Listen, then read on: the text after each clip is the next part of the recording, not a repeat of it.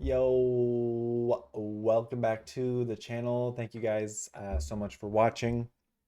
Today we're looking at Boston Scientific, ticker symbol BSX. The stock is at $78.25. And if you can look at the chart, you can see to the left of my head over here and to the right over here, this stock has 10x in about a decade, which is absolutely incredible. So we're going to see if the stock deserves to be at 78, should it be higher or lower. We're going to see what institutions and hedge funds are doing. And of course, we're going to go ahead and look at some advanced charting to see what in the heck we could find. I have not charted this one before, so I'm actually very excited. You guys can't see it. I'm going to shrink my head. So let's go ahead and jump on in. Take a freaking look at this. I need to make my head smaller. Okay. You know I preach the bigger the pattern on the bigger time frame, such as a monthly or yearly, the bigger the freaking move. Do you see what I see here? I'll give you 2 seconds and you can pause it.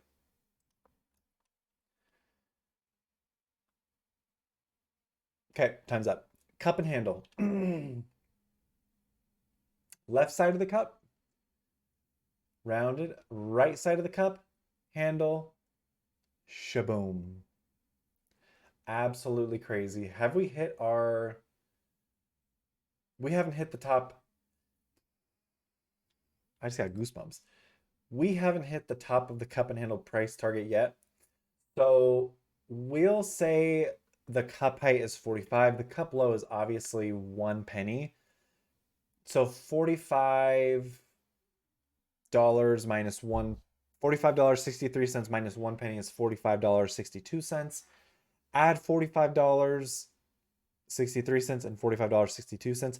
That gives you a price target of $90. And you can see we are on our way. So that is absolutely fantastic. um, so let's go ahead and begin how we normally do. So obviously this is the most attractive chart you could ever see, really, other than I think ticker symbol CASY. There's a few others that are absolutely incredible over a long period of time. This is no exception. So just looking at my favorite indicators, RSI is at 78. This is with the bulls. MACD is pretty hot with the bulls. The money flow looks like tipping at all-time highs. It's with the bulls. And our relative momentum indicator is hot. It's really hot. It's also with the bulls. Looking at our financial data points here, our EPS is kind of flat-ish, but we can see since 2022, EPS is going in the right direction like this. We can see nice little, so it was negative. So here's our reversal, our bottom. So bottom, step up, step up, step up, step up. I don't know. They were plateauing for a little bit back in 2019 to 2021. They've got their poop in a group, and their trailing 12 months is actually 15.23 billion. 2023 is 14.24 billion. They are on pace to beat 2023 by 1 billion whole dollars. Crazy. Looking at their price to earnings and their forward PE.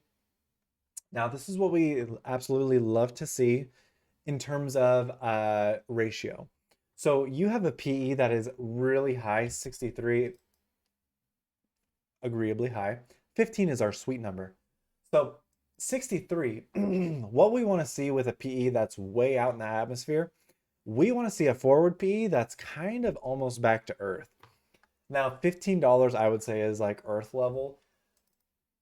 28. So 63, this is extremely expensive currently. In the future, it's about a 50% discount. What did I just click on? I don't know what just happened there. How did I go to... I don't know what just happened. But basically you want, in terms of a company that's growing, You'll see typically like with AMR, they had a very high PE, but their forward PE was low. This is good. Although it's still expensive, we'll do a deeper dive, okay? Quick ratios over one, absolutely stunning. Debt, 54, long-term 0.46. They're obviously addressing the debt. Thumbs up. EPS past 5 years negative. Sales past year 5 years positive. They are profitable. Gross margin 62%. That is insane. Insiders own 93%. They're adding a little bit. There's quite a bit of shares outstanding. But this is looking really good. This is exactly what we want to see in a stair step up direction. Shares outstanding, we don't typically like to see this. The stock went from 1.39 billion in 2019 to 1.47 billion in 2023, and at 2024, we're at 1.47 billion. So, it is what it is. It's gone up about 800 million shares. Am I getting that right? Yeah, I think 800, no, 8 million shares. I can't do the math right now. Anyway, it went from 1.39 to 1.47. So I think it'd be 800 million shares. Anyway, let's run our numbers here to see what we get in terms of a potential stock price. My guess, I've already said it. I'm gonna say around 90 bucks because that's where our cup and handle price target is. So the market cap is 115 billion, 230 million. Insane. They have income of 1 billion 830 million. Crazy. Sales of 15 billion 230 million. I'm gonna say they start offering a dividend in the next 3 years. That is my guess. And the only reason I say that is they have their balance sheet under great management, debt, great management, gross smart, like everything is just fantastic. All right, going on down. So before we move on to continue our calculation, Q1 this year they brought in 3.8 billion. Q1 last year they brought in 3.3 billion. Almost a $500 million increase, with the gross profits also increasing substantially. Q2 of this year they brought in 4.1 billion. Q2 last year 3.6 billion, we'll just say. That's like a 500 million plus growth, and gross profits also going up, so they're efficient. Gross margins have been in the low 60s, so this is incredible. In terms of looking at any potential red flags, so what we normally see is insiders, when they get stock options, they sell off that amount or close to that amount. So let's start at the bottom. This is a lot. Okay. So Fitzgerald, you can see he sold 57. Nope. He sold 80. I just need to confirm. Okay, number of shares. He sold 81,000 shares, and you can see here he got 79,000, almost 80,000 shares. Jeffrey Mervis sold 15,000, got 15,000, 15,172, 151.72. Ludwig sold 7,000, got 7,000. So it's common. The EVP CFO sold 13,000, got 13, got quite a bit more. You don't see that often. And then again, you have similar, it's a little bit not exact 100% match like we were seeing down below, but same principle. Jeffrey Mervis sold 63,000, got 33,000. So yeah, there's really no red flags. However, I do love when a CEO or founder purchases the stock. Not the case here. And the CEO, who they have chairman, do they have? Mahoney. Let's see. I just want to see how many shares he has. Mahone. Okay, he has 1.6 million shares. It's good. Okay. So back to our calculation. Apologies for that. Cash. Cash. Okay. So they have 2,988,000,000 flat. Debt, they have 9,356,000,000. Okay. All is looking good. Total assets, 37.1 billion. Total liability, 16.4 billion. That is awesome. They have, for every one liability, they have over two assets. Just spot on. Great job there. Just gonna see if there's any trends I can just spot. Looking, so we see our assets going up and liabilities are going down, kinda. You can see went from 16.5 billion in liabilities to 16.498 billion. So $2 million of liabilities went down while assets went up 500 plus million. What the heck? This company. Um, Absolutely just bang up job company. Okay. They're doing a bang up job. So now we're gonna take our overall shares outstanding 1,470,000,000 to get a potential stock price of $85.66. Analysts have a target price of $87.83. I'm sticking hard to my $90 price target. Look at this, Goldman Sachs. These guys saw my cup and handle. Mizuho, pretty close to my target, 85. So, I mean, we have a $78 stock. We have a cup and handle price target identified on the monthly chart, which is obviously seen by the top traders, quants, investors, swing traders for the biggest firms. So we've got a cup and handle price target. We've got analyst price target. We've got amazing growth with the company. If this stock is undervalued, institutions will own more than 93%. Do institutions own more than 93%? Yes, they own 102%. So, absolutely, this company is just firing on all cylinders. Vanguard added 5%. Massachusetts Financial Services sold 30%. FMR added 32%. Geez, these are some huge numbers. BlackRock decreased 7%. So, and you can go down here and look for yourself. I mean, this is fantastic. Obviously, all-time highs. If there's a couple ways you can go about this, if you want to own this company and ride the wave of volatility, and what I mean by volatility, if you would own this during the COVID crash, you would have owned it at $45, but the stock would have went all the way down to 24.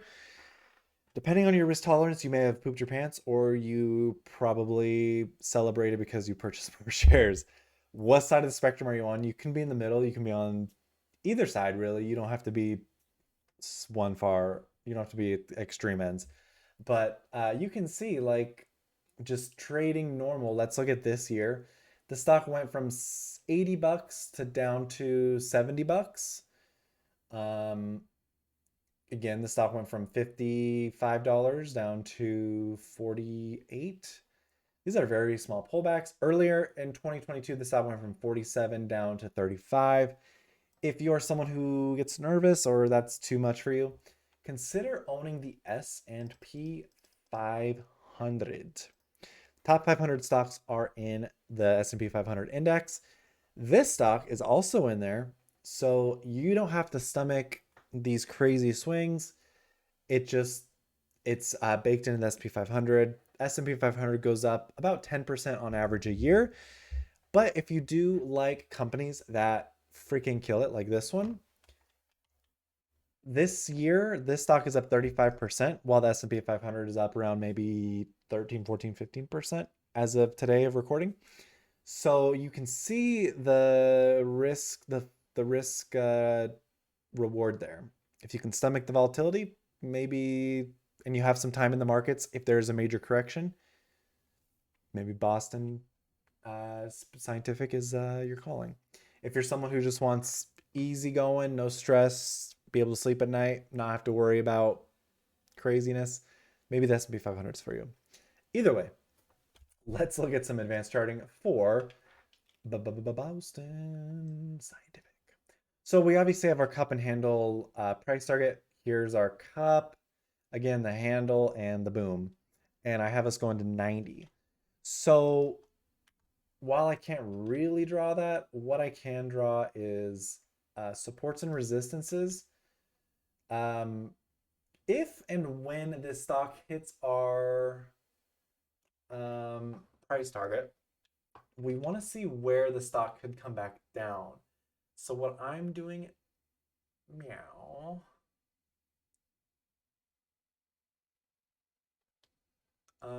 I'm trying to identify the most optimal. Okay.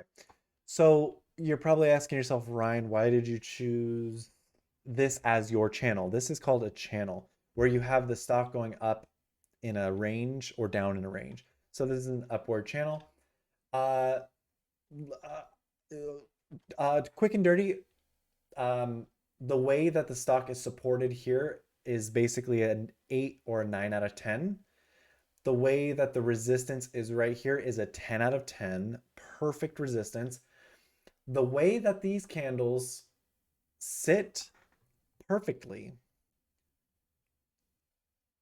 like, I'm trying to think of a funny joke on where people sit perfectly. Like someone who sits on a, I don't know, an airplane, depending on your size.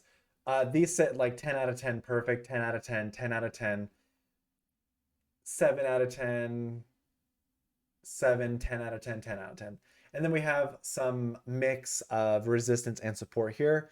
And then we have a perfect 10 out of 10 support on this last final candle that is bringing it up to $90.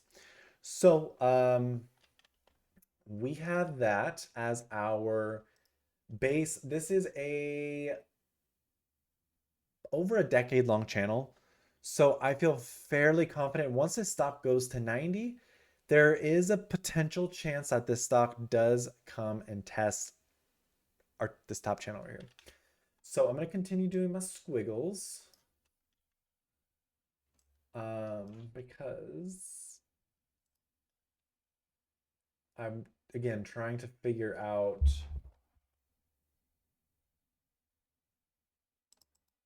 Okay. Trying to figure out where we could see the stock come back down and test. So again, $90 is our price target, like right here. Let me just.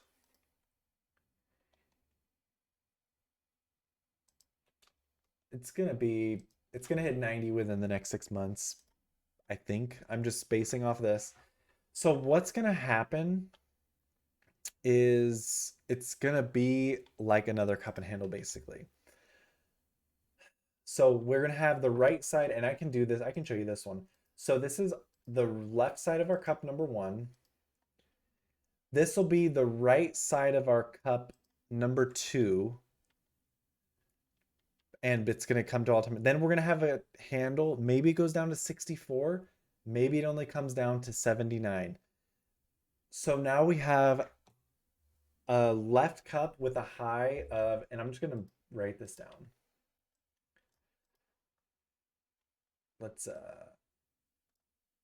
so left side of the cup is 45. 45. Right side of the cup is 90.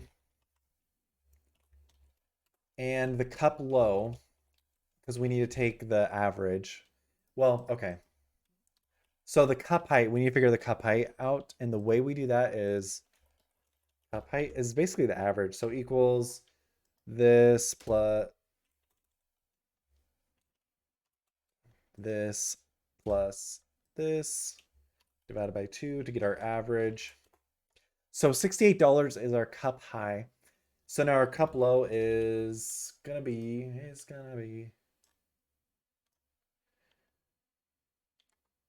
it's gotta be the median. It can't be 1 cent again, unfortunately. Um, Now this is where it gets kind of hard. We're gonna have to say, actually, we're not gonna have to. Let's just draw this out. So 68 is our cup high right here. Okay, so that's our cup high. And so when we think about this as a cup and handle, so here's our cup. So our cup low is going to be about $22 at this juncture, 22.73. And so we're going to take our cup height minus cup low and then 45. And then to find, this is going to be our differential. And then we do cup height plus cup differential to get our price target. And let's I can't really wrap this. So we'll just do equals cup height plus this. So $112 is the new potential high. And again, this is probably going to play out mid mid to third quarter of 2025 if this stock continues to just freaking bang. Now, bear in mind, if you were investing in this stock, just buying the stock BSX, and let's say you bought it at the 2004 highs, it took you 15 years to get back to break even. So that is the risk. If you bought at, this is hard to say, $45 in 2004, it took you 10 years to get back to your original investment. So that's why I say if you don't like the risk, just be careful. Whereas if you invested in the S&P 500 over that same 15 years, your return went up 10% on average every year. So if you bought $1,000 worth in 2004, you'd be at $1,000 in 2019. Whereas if you bought $1,000 S&P 500 in 2004, it went up 10%, 10%, 10%, on and on and on. So that's the risk. And I'm glad I got to illustrate that and talk that through with you because people don't really get to see that risk and talk through that type of potential stagnation and just not having a gain, which it sucks. But also at the same time, someone like myself and I like to invest in individual stocks, when there is a dip or correction like that, if you're buying a solid company and you know it's solid and they are continuing to grow and improve and expand, you buy the dip, baby. When stocks go on sale, people generally don't buy the dip. They sell. And people usually buy stocks after they've already gone up. It turns into FOMO, euphoria. So like your deodorant, your shampoo, I mean, Amazon stuff goes on sale. You're like, boom, boom, boom, I'm going to buy that ASAP. But if a stock goes on sale, people freak out, sell, want their money. Whereas myself, and a lot of my viewers, and if you read the comments, there's a lot of like minded people. When they're invested in a solid company and it goes down, you buy more. It's a company that goes on sale. So that's all I got to say. Thank you so much for watching. I'm glad this was recommended. This is a fantastic stock. I believe the user who requested this was named Boston. So Boston, thank you. I do have exposure to this because I'm in the S&P 500. Would I add this stock individually? Yes, I would. And I only say that because number one, the cup and handle is just absolutely gorgeous here.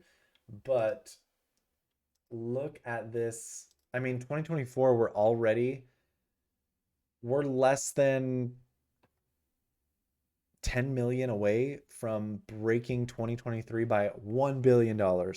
So yes, while this stock is hot, I'm not going to invest money today and then just let it sit. I'm going to invest a small amount, 5, 10, 15, 20, 30, 40, 100 bucks every month for like 6 months. Or every maybe I do 20 bucks every 2 weeks. It just depends on your level of comfort. My level of comfort, I might add this tomorrow, honestly. And I'm recording this on the 18th. This video comes out on the 31st. So yeah, I this because if it goes down, buy more.